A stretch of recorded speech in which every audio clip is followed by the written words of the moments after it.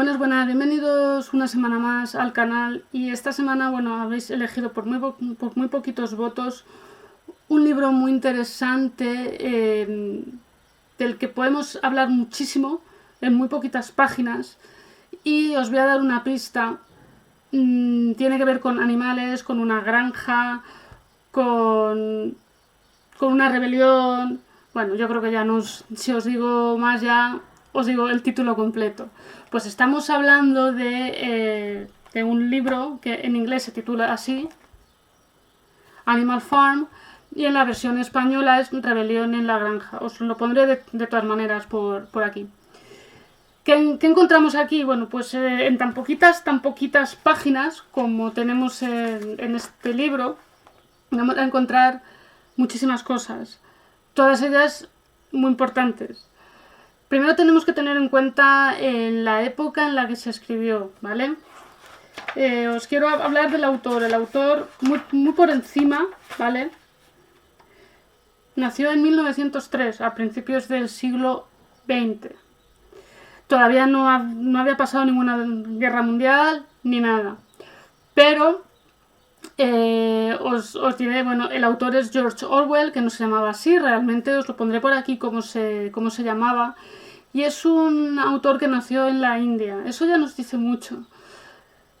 Muchos británicos nacían allí porque eran hijos o de diplomáticos, de médicos, de profesores, de gente importante. Entonces nos podemos imaginar que George Orwell estaba bastante formado y sabía lo que decía. En las dos obras, digamos, más famosas de él, las más conocidas, una de ellas es esta, ya nos dice mucho en muy poco espacio. Y es muy interesante lo que dice y cómo lo dice, porque estamos viendo una rebelión que podía haber hecho cualquier persona, como muchas que han surgido a lo largo de la historia. Lo que pasa que él la hace de otra manera, la lleva a los animales, animales personificados, obviamente. No estamos hablando de personas, pero estamos viendo como un grupo de animales liderados por un cerdito, bueno, un cerdito, un señor cerdo, un cerdo importante, gordito y tal, bueno, se rebelan contra el maltrato que están recibiendo por parte de los humanos que regentan esa granja, en especial por uno. Os voy a dar más pistas de la trascendencia que puede tener esta pequeña historia ficticia, pero con un trasfondo histórico, filosófico, político, psicológico, incluso bastante importante. El cerdito que se enfada, que dice tú a mí ya no me maltratas, ni a mí ni a mis compañeros, el cerdito que se rebela se llama Napoleón. Eso ya nos dice mucho, porque aunque no sepamos exactamente qué es lo que hizo Napoleón Bonaparte, a todos nos suena como un gran emperador. Podemos estar de acuerdo o no con lo que hizo, con la forma en la que lo hizo, la forma que manejaba su imperio. Podemos estar de acuerdo o no, pero hay que reconocer que bueno, pues ha pasado a la historia como un gran emperador. Pues aquí tenemos a uno de los protagonistas, podemos decir el principal, un cerdo llamado Napoleón. Bueno, lo que pasa es que este señor Mr. Jones los maltrata, no les da de comer, casi les explota, les esclaviza. La esclavitud, aunque ya se había abolido, bueno, depende del país en el que nos situemos, tenemos que pensar que estamos hablando de la primera mitad del siglo XX. Tenemos que recordar, por si alguien nos ubica, que la India se independizó de Gran Bretaña un poquito antes de 1950. Con lo cual, pues este señor, aunque era británico, había nacido en la India, y aunque no creo que le hubiera sufrido ningún tipo de esclavitud, si él es capaz de escribir esto, es por algo. Bueno, a lo que voy. Vemos a un grupo de animales liderados por Napoleón que se rebela, y es muy gracioso ver cómo lo describen, porque con palos, con azadas, con hachas, con palas, con picos, con rastrillos, con lo que pillaban, lo que tenían a mano, conseguían echar a Mr. Jones. Hay una versión cinematográfica, son dibujos que ejemplifica, muy bien lo que nos cuentan estas páginas. Es un libro muy finito, como veis, pero con un trasfondo importantísimo. Os voy a leer, dos líneas, las voy a traducir porque está en inglés, y dice: todos los animales son iguales, pero algunos animales son más iguales que otros. Yo lo dejo ahí. Si seguimos leyendo, si no nos hemos aburrido desde el principio, que ya os digo yo que no, vemos cómo la avaricia, la soberbia, el poder es capaz de corromper a cualquiera que no tenga la suficiente humildad ni la suficiente sangre fría para no creérselo, para no empoderarse. Los animales, que en teoría son seres limpios, seres pulcros, seres sin maldad, que lo único que están haciendo es rebelarse contra su maltrato, que solo cualquier persona y cualquier animal lo puede hacer. Vemos como al final esa corrupción llega también a los animales, como el poder mal gestionado es capaz de terminar con todo lo bueno que tengas cerca.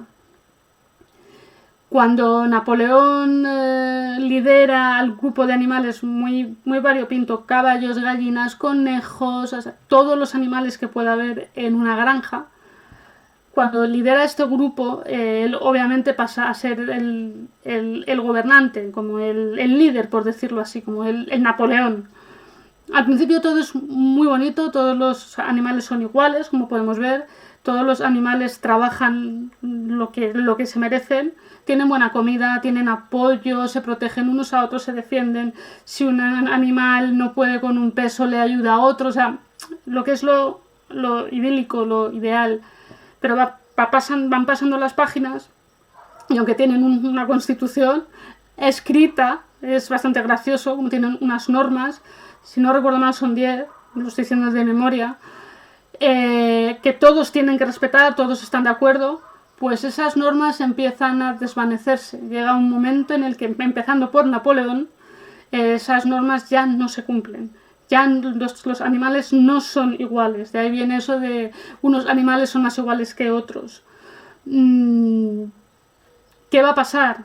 Estos animales se van a rebelar contra Napoleón como ellos se rebelaron contra Mr. Jones. Van a asumir que es así su vida y van a seguir subyugados. Van a salir de la granja, se van a marchar lejos. No lo sabemos hasta que no lo leamos. Lo importante es vernos qué quiere reflejar George Orwell, que bueno, pondré su nombre real por aquí, no se llamaba George Orwell, tenía un seudónimo, perdón, George Orwell es su seudónimo, y es fundamental lo que nos está contando y nos está reflejando. La otra novela de la que os he mencionado antes, al principio, se titula 1984. No voy a meterme en profundidad en ella, porque tampoco nos interesa, pero sí quiero que veáis cómo ese 1984 hace referencia al año 1984. George Orwell escribió esa novela antes de esa fecha. Es importante verlo, es una distopía que nos habla de un futuro que en realidad ha pasado. Es como una especie de gran hermano. No quiero contar más porque no es el libro que nos trae hoy, pero sí quiero que veáis cómo este autor era más importante de lo que nos podemos pensar. En estas dos obras, sobre todo en Rebelión en la Granja, hace una crítica al poder, sobre todo a la política y al ser humano, bastante importante. Si no queréis leer el libro y queréis ver la versión animada, podéis hacerlo. La que yo he visto pues es un poco aburrida, pero merece la pena verla. No quiero contaros más, pues ya sabéis que no me gusta contaros todo, porque si no ya os lo digo. pero sí quiero que me pongáis en los comentarios si lo habéis leído, si no lo habéis hecho, qué os ha parecido, si no os parece tan relevante el mensaje que cuenta o si me he quedado corta. Eso es muy importante que me lo digáis.